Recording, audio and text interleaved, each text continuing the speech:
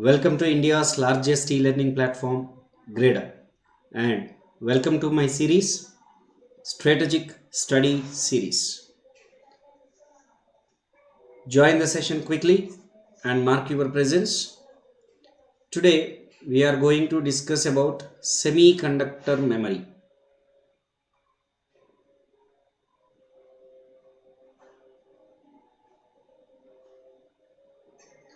Join the session quickly and mark your presence.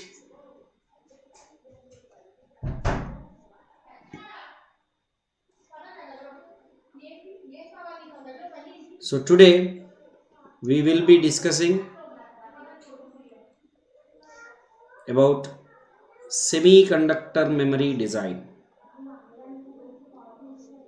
Okay. Before I start, this is quick detail about me. I am Satya with all these credentials. I teach computer organization and architecture, computer networks, operating systems, programming data structures, and algorithms. Right? So guys, before I start, yesterday I have given 2 homework questions. If you remember, how many of you have done this? Could you please post your answers? Yesterday I have given 2 homework questions. We have understood that a process that operates in strict mode with access times T1, T2, T3 with hit ratio H1, H2. Then what is the average access time? So those who have done this, please give your answers. What is the average access time with 3 levels in strict access mode? That is H1 into T1 plus 1 minus H1 into H2 into strict access mode T2 plus T1 plus 1 minus H1 into 1 minus H2 into T3 plus T2 plus T1. So Tanisha is giving 12 nanoseconds. Very good. So let's see. This is 0.8 into T1, 2 nanoseconds plus 0.2 into 0.1 into T2 plus T1, 22 nanoseconds plus, just a moment, here it should be 0.9 H2, 0.2 into 0.1 into T3, 300 plus 20 plus 2, 322 nanoseconds. So this is 1.6 plus. You can use calculator even in the gate exam. Virtual calculator. So let me use calculator. 0.2 multiplied by 0.9 multiplied by 22, that is 3.96 plus 0.2 multiplied by 0.1 multiplied by 322, that is 6.44. So when we add all these, what we get? 6.44 plus 3.96 plus 1.6. So that comes around 12 nanoseconds. So the average access time is equal to 12 nanoseconds. So 12 is the answer for this question. Good, Tanisha, very good. Keep going. And for the second homework question, what is H2 you got?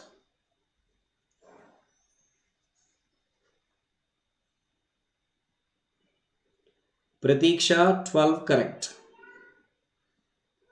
For the second homework question, what is the answer you have got? Guys, quickly like it and share it. Let every of your friend know that the class is on live. 0.769 Tanisha. Okay, let's see. We have got T1, T2, T3, average access time 40 nanoseconds. So if you take this 40 average access time is equal to H1 into T1 plus 1 minus H1 into H2 into T2 plus T1 plus 1 minus H1 into 1 minus H2 into T3 plus T2 plus T1, right? So this is 0.7 plus 3.3 H2 plus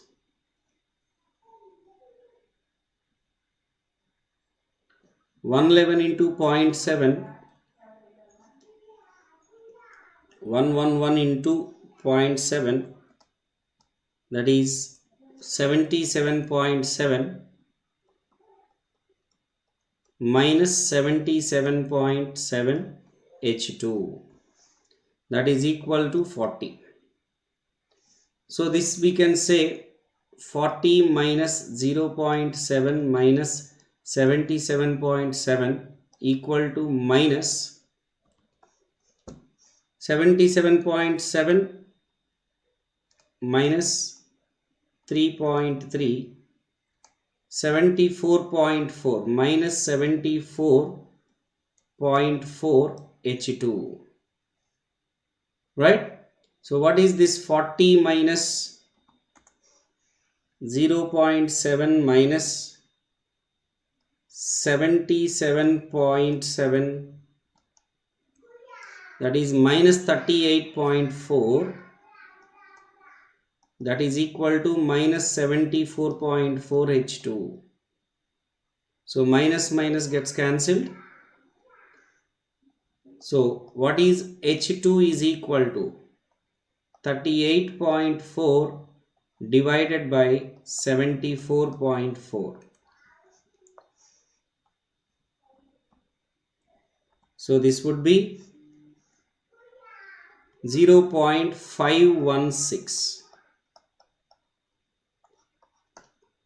So H2 will be equal to 0.516. So the answer should be 0.516. However, it will be asked up to 2 decimal places or 3 decimal places maximum. So 0.51 or 0.516 you can write. Hello Srija.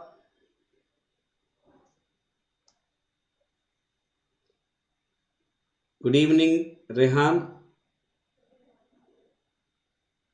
Good Pratiksha. I appreciate your try, but you have to be careful. Okay.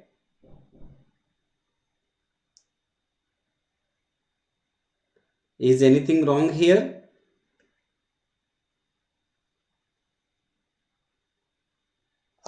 Just a moment. I think this should be 0.3, isn't it? Wait a minute. So we have substituted H1 directly, but we should substitute 1 minus H1, right? Okay. So this should be 0.3, right? So let us calculate again.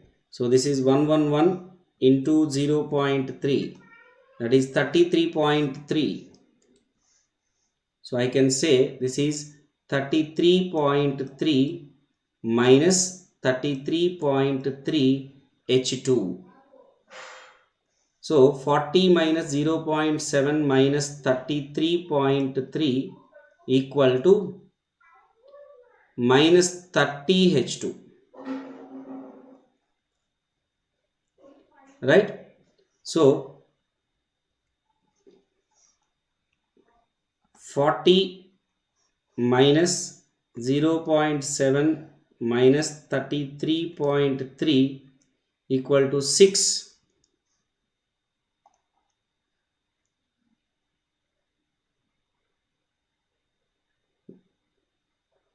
That is equal to minus 30 H2. So H2 is equal to 6 by 30 .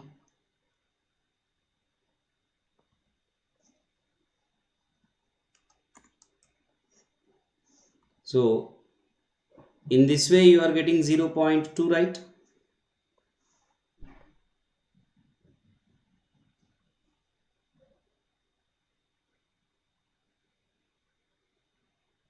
In this way you are getting 0.2, 6 by 30.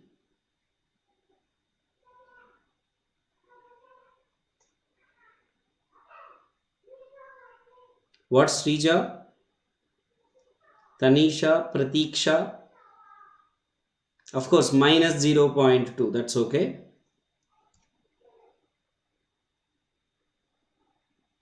But hit ratio will be not in negative, so we can say that is mod. That will be mod of absolute value you will take. So cross check once, guys. Okay.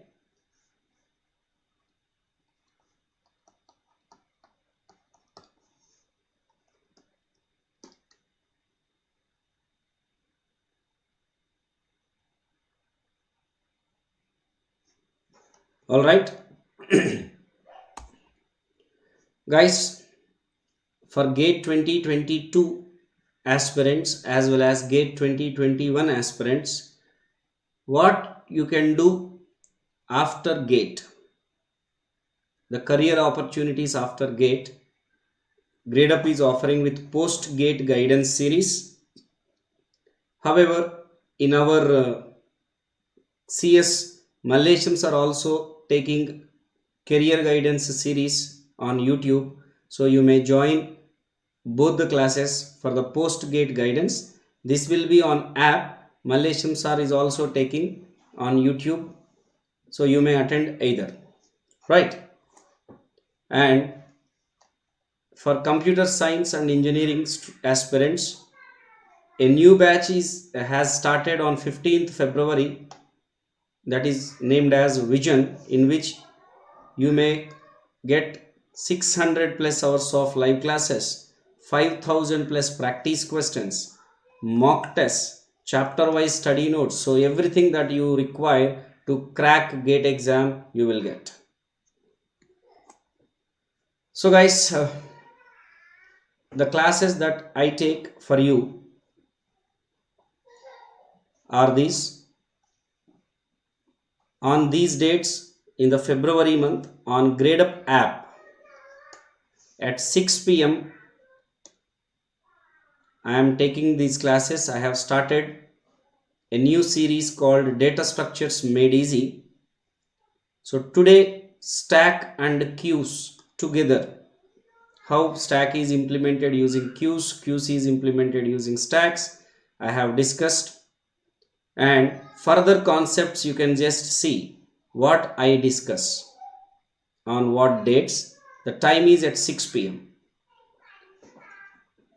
And our series, strategic study series, this is the current series which you are watching. These are the classes I have planned on YouTube, Gradeup, Gate and ESC channel. So these are the concepts, topics I discuss, and today's topic is Semiconductor Memory Design. So guys, you can just see what you will get. on what date, everything I have given for app. These are completely free, guys. These are completely free classes. On app I am taking data structures, and on YouTube I am taking currently computer organization and architecture, and on the app our faculty Murali Krishna sir is also taking CO lectures. So you can attend both, because sir will be covering some concepts, I am taking some concepts. So you can benefit out of both as they are free classes, right? All right. Let us start with today's topic. So primary memory. Yesterday we have discussed different types of memory and then access modes. Now today's our focus would be on primary memory, which is also known as main memory. Why? Because CPU will not function without this memory. This is compulsory memory, mandatory for computer operation. That's why we call it as main memory. And there are two forms of main memory. What are they? RAM and ROM. RAM stands for random access memory,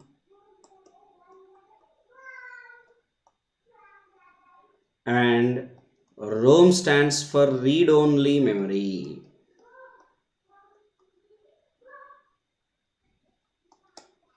What is the meaning of random access? Random access says that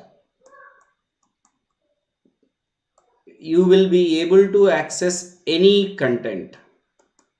So ability to access any content, it is not only conditioned to call as random access in uniform time. Means throughout the RAM, CPU request any content, RAM controller can supply in the equal time. If you take hard disk or CD or DVD or pen drive or another memory, that is only accessible randomly.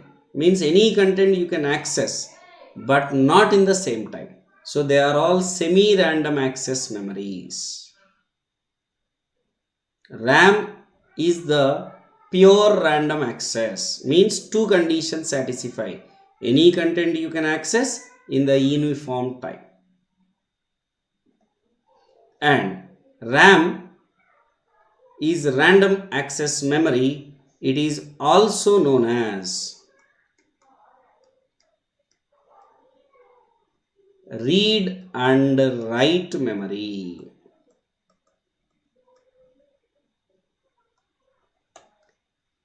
Means you can get the output, give the input. RAM can produce something, take something. So you can read from the RAM, write to RAM. Means both input and outputs are accepted by the RAM. Hence we call it as read and write memory. RAM is also known as what? Volatile memory. What is the meaning of volatile? As I said yesterday, the state of RAM will be in hold state for some time, release state for some time.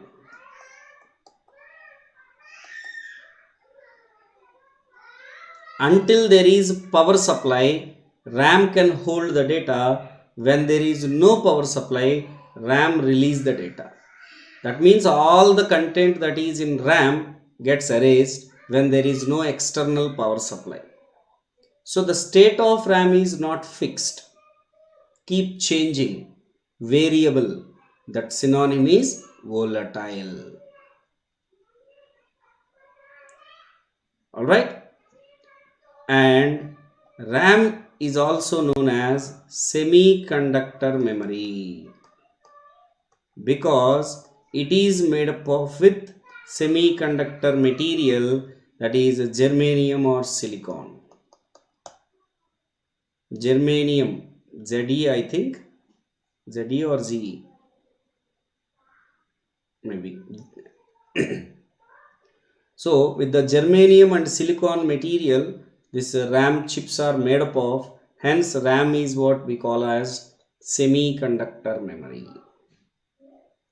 Alright, now if you see a sample RAM, it supports both read and write, hence you can say RAM can produce as well as accept.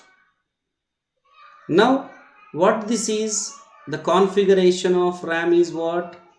See, RAM or ROM or any memory will be partitioned for effective management purpose.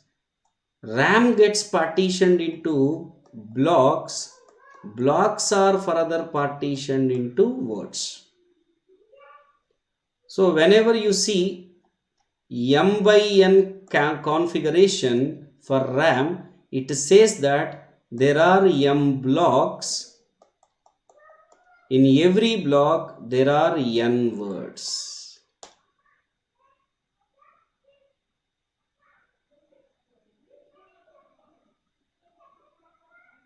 This is one way. The other way is there are 128 words. Each word capacity is 8 bytes. This is one way. Sir, which way to understand? When we understand the cache memory and main memory communication, we take the terms blocks and words, but here M means words, N means one word capacity. So 128 by 8 says that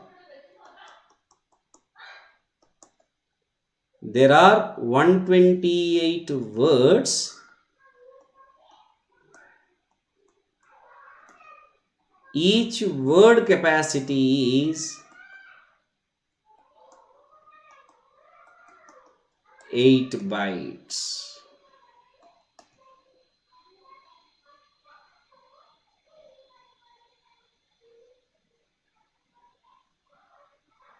Or 8 bits, you can say.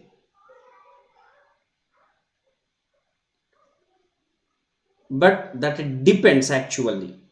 Here as it is given 8 bits, so let us take it as 8 bits. Sir, can it be 8 bytes also? Yes, but it should be given as 128 by 64. Sorry for this. Let me give the clarity here itself. One word capacity is 8 bits. Because here it is clearly shown that 8 bits at a time can be sent out. In the same way, if I say 256 by 16 RAM, it says that there are 256 words. Each word capacity is 16 bits.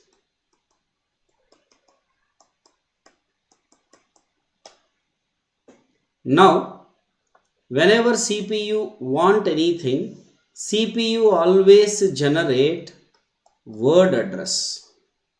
CPU can access at a time what? One word. How many words are there? 128 words are there. So when there are 2 power I words, every word will have I bit address. Per word there will be I bit address. Sampath Sai, good evening. Now 128 words, that means 2 raised to 7 words are there. So Every word will have 7-bit address. That is what you can see here.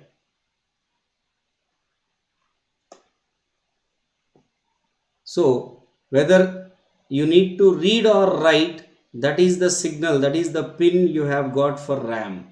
So whenever the processor sends the read signal, RAM will produce the output.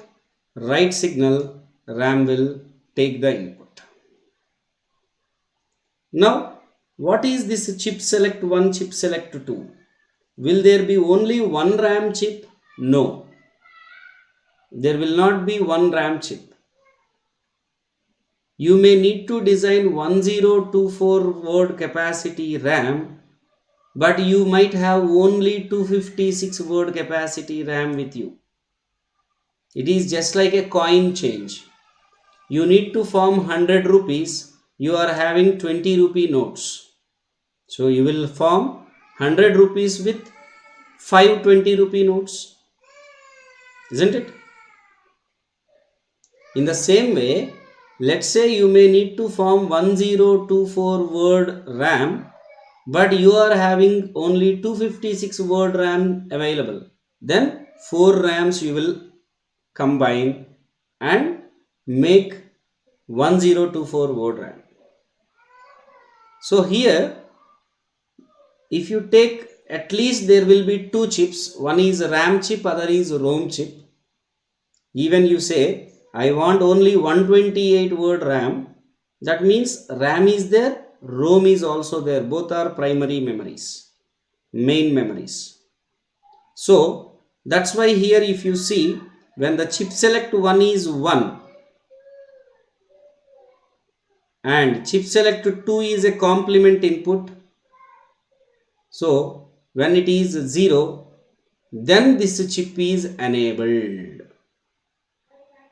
So chip select 1 should be 1, chip select 2 should be 0, because it's a complemented input.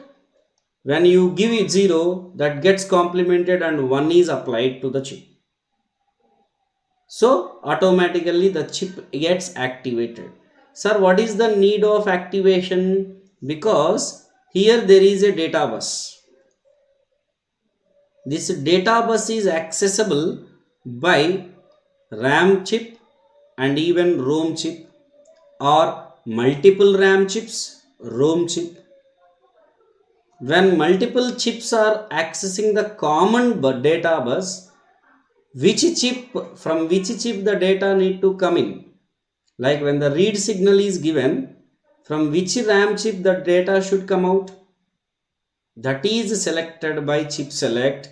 So here you will use tri-state buffers. Guys, when I use these terms, chip select, read signal, write signal, you might have understood already that this is somewhat related to digital logic. So when you are very good at this digital logic concepts, automatically this RAM design and all this you will understand. Right. So if this chip has to be active or enable state, what you have to make the input chip select inputs as CS1 as 1, CS2 as 0. Based on the write signal or read signal, the according data will happen. Read means from RAM data comes out. Write means to the RAM data goes in. Now this RAM, you can see there are 2 popular forms of RAM: static RAM, dynamic RAM. Sir, what is mainly the difference between static RAM and dynamic RAM means? For your simple understanding, I can say static RAM store the data in the binary form as it is made up of with flip-flops. But dynamic RAM is made up of with this capacitors and transistors. On a MOS transistor, these capacitors are integrated. So here the data is stored as electrical charge. Here the data is stored as binary, in the binary form. Of course in the signal form only, but it's a digital signal, you can say. If you see, static RAM has lower access time, means it takes less time to produce or to read or write, and it is costly, of course, as it is taking less time. But static RAM drawback is it require more power consumption. It require more, okay, here it is there, more power consumption. But dynamic RAM require less power consumption.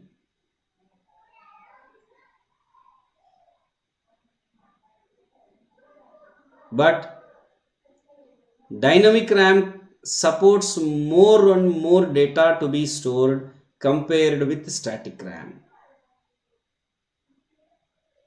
Sir, today what RAM we are using? I can say today we are using static RAM. The DDR RAM, double data rate RAM, is a kind of static RAM only. Synchronous dynamic RAM. SDRAM means synchronous dynamic RAM. There is RDRAM, RAM bus dynamic RAM.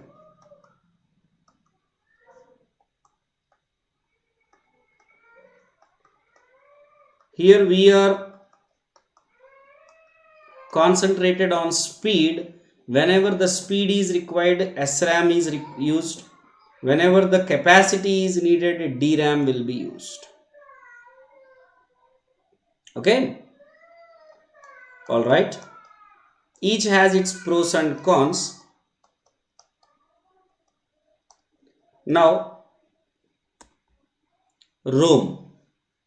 What is ROM? We say ROM is read-only memory. That means only output will be produced from ROM. Only output will be produced. But without input, how output can come? Means who cannot give the input? User or processor. Then who will give the input? The input to the ROM will be given at the design, at the factory. So I can say by manufacturer. What kind of input will be there in the ROM? BIOS. Basic input output system.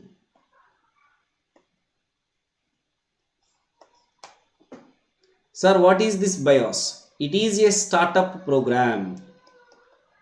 Whenever you switch on your mobile or computer or laptop or any computing device, initially some processes need to execute. OS needs to be loaded, booting should happen, right? So all that is taken care by this BIOS program. It's read only, so you can see here it produces only output, and here it's a configuration of 512 by 8. That means 512 words, each of 8-bit capacity.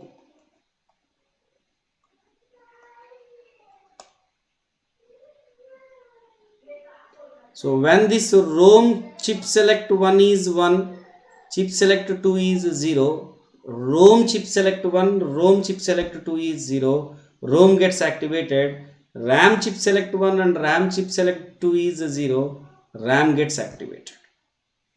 Because this is the data bus where the RAM is also using, ROM is also using. So to control the access to the data bus,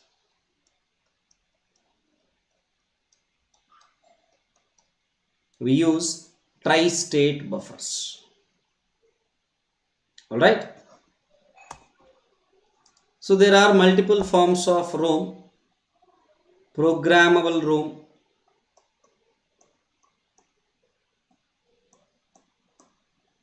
erasable programmable ROM, electrically or electronically erasable programmable ROM. The difference you can see, and which is huge. Flash ROM is huge. That is what today in your mobiles you see. And ROM is also called as a non-volatile memory. Non-volatile doesn't mean always constant or permanent. Non-volatile can also say persistent. Means for longer time it holds the data.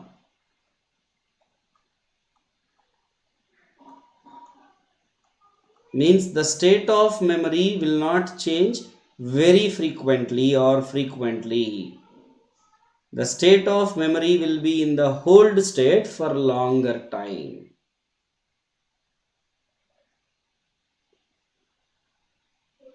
Okay.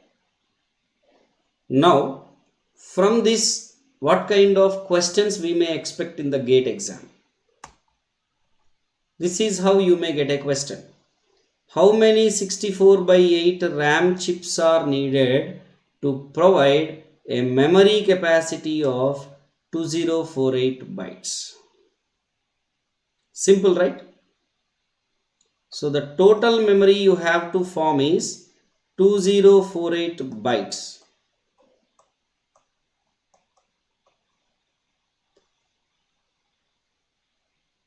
RAM capacity is 64/8. That means 64 words. Each word capacity is 8 bits. 8 bits is 1 byte.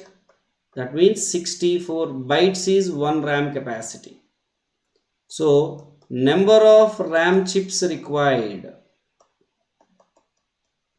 How many? Total memory size by RAM size.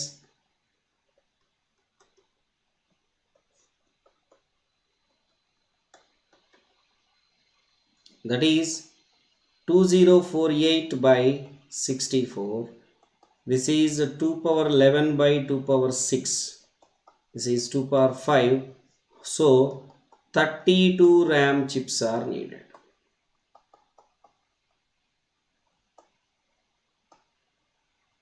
So what is the answer? 32 RAM chips are needed.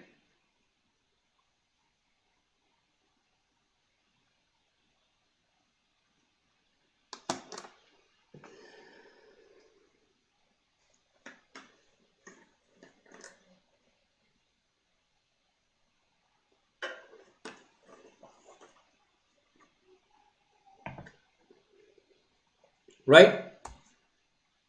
Then you see this. We want to build a memory with 4 byte words and a capacity of 2 power 21 bits. How many 2K by 8 RAM chips are needed? This is the first question. How many address lines are needed for the memory? Second question. How many of these address lines are connected to the address inputs of the RAM chips? And how many of these address lines will be used to select appropriate RAM chips? 4 questions are there. First, number of RAM chips, let us find out.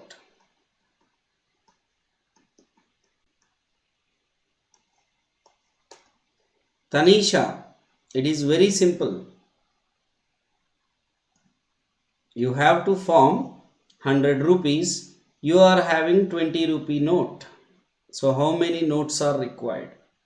100 by 20. In the same way, total memory you got, RAM size you got, total size by RAM size, when you do, number of RAM chips you will get.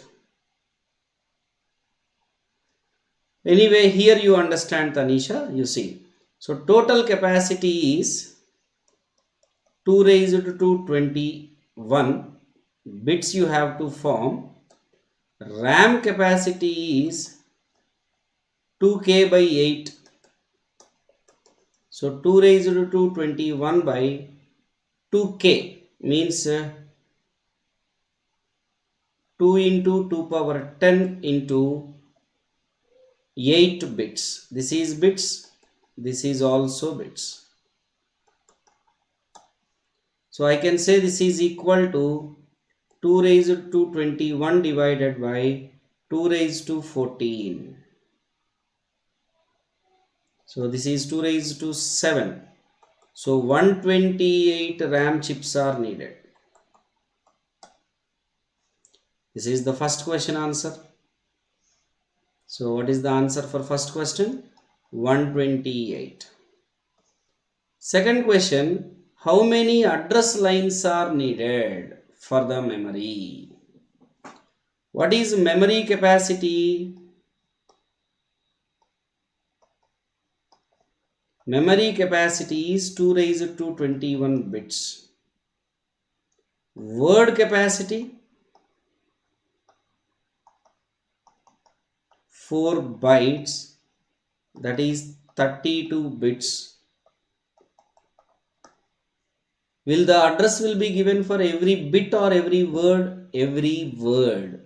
So when you know number of words, you will get number of address lines. Number of words is equal to total capacity by word capacity. So this is 2 power 16 words. That means every word will have 16-bit address. Every word will have 16-bit address. Then how many these address lines are connected to the address inputs of RAM chip? What is the RAM capacity, RAM configuration?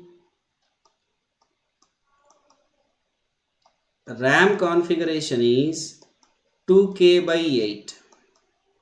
That means 2k words, each word has 8 bits. So how many number of words are there? 2k. So 2 power 11 words. So how many these address lines out of 16? How many address lines will be used for the RAM chips? 11 bits. So for this answer is 11 bits. Here the answer is how many? 16 bits.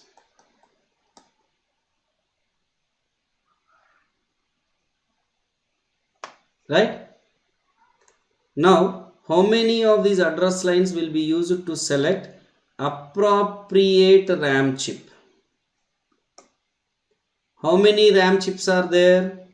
2 power 7. So, 7. How many of these address lines will be used to select the appropriate RAM chip?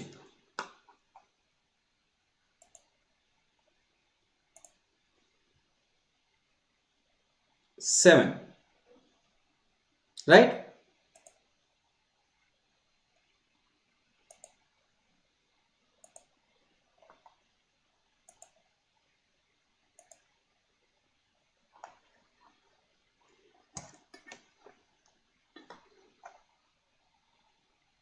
Pratiksha, yes.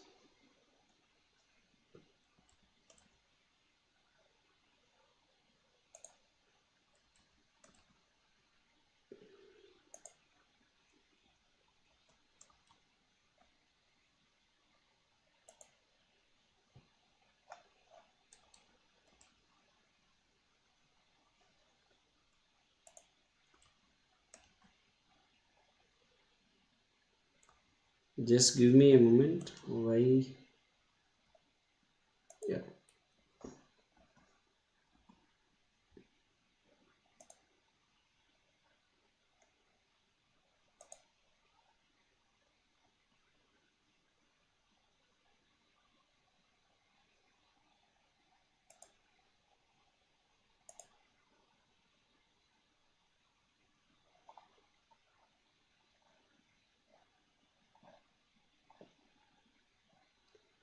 All right. Now you see this. How many 32K by 1 RAM chips are needed to provide a memory capacity of 256 kilobytes?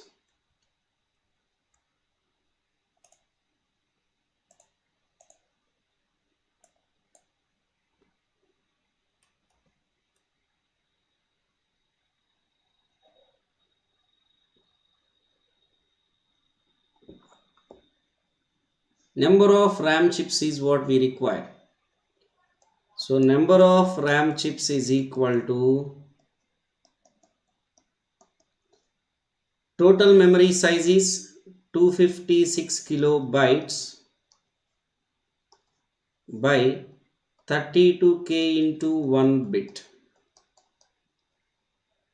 So this is 256 into 2 power 10 into 2 cube bits divided by 32 into 2 power 10 bits.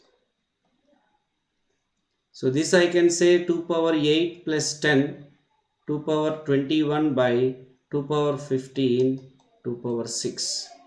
So 64 RAM chips are needed.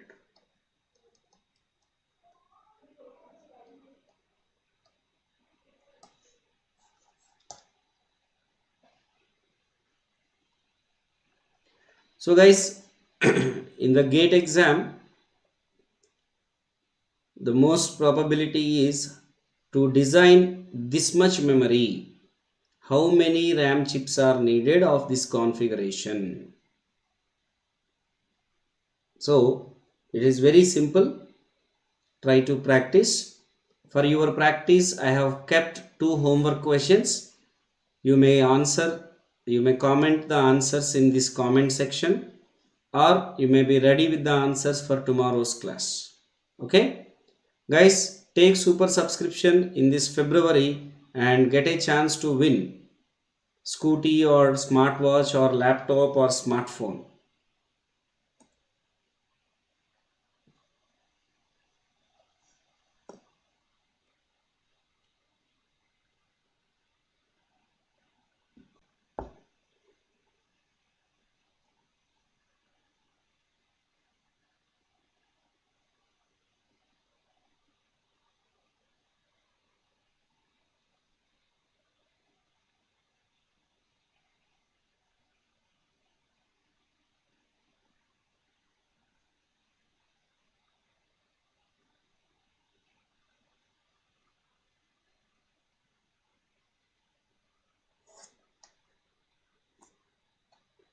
So I have kept 2 homework questions.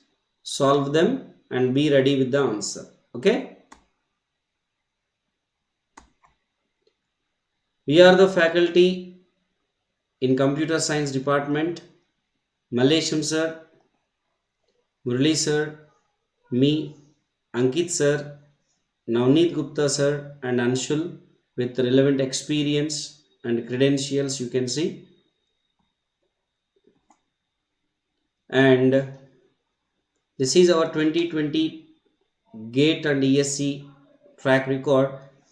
All over 60 plus Gradeup students acquired all India ranks under top 100. We are very proud to say this. Definitely you will be in this Gradeup achievers list. We wanted to be in the Gradeup achievers list. So keep trying guys. Take super subscription to enjoy all the structured live courses taught by best faculty. Get all your doubts resolved. Full syllabus coverage will be there, and you will get complimentary green card access with which you can attempt all the online mock tests that are designed by toppers. Okay, that's all for today. Tomorrow is very important session, that is gate versus placements. Being a computer science aspirant, whether you need to go for gate or placements, which is correct, what are the pros cons, tomorrow we will discuss at the same time, 9 p.m. Okay, fine. You want questions? I'll give you.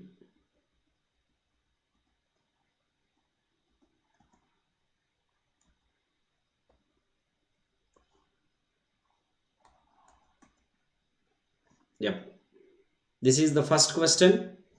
Let me hide myself. Take the screenshot. Let me count on 5, 4, 3, 2 and 1. This is the second question. Try this. Okay, so let me count on 5, 4, 3, 2, 1.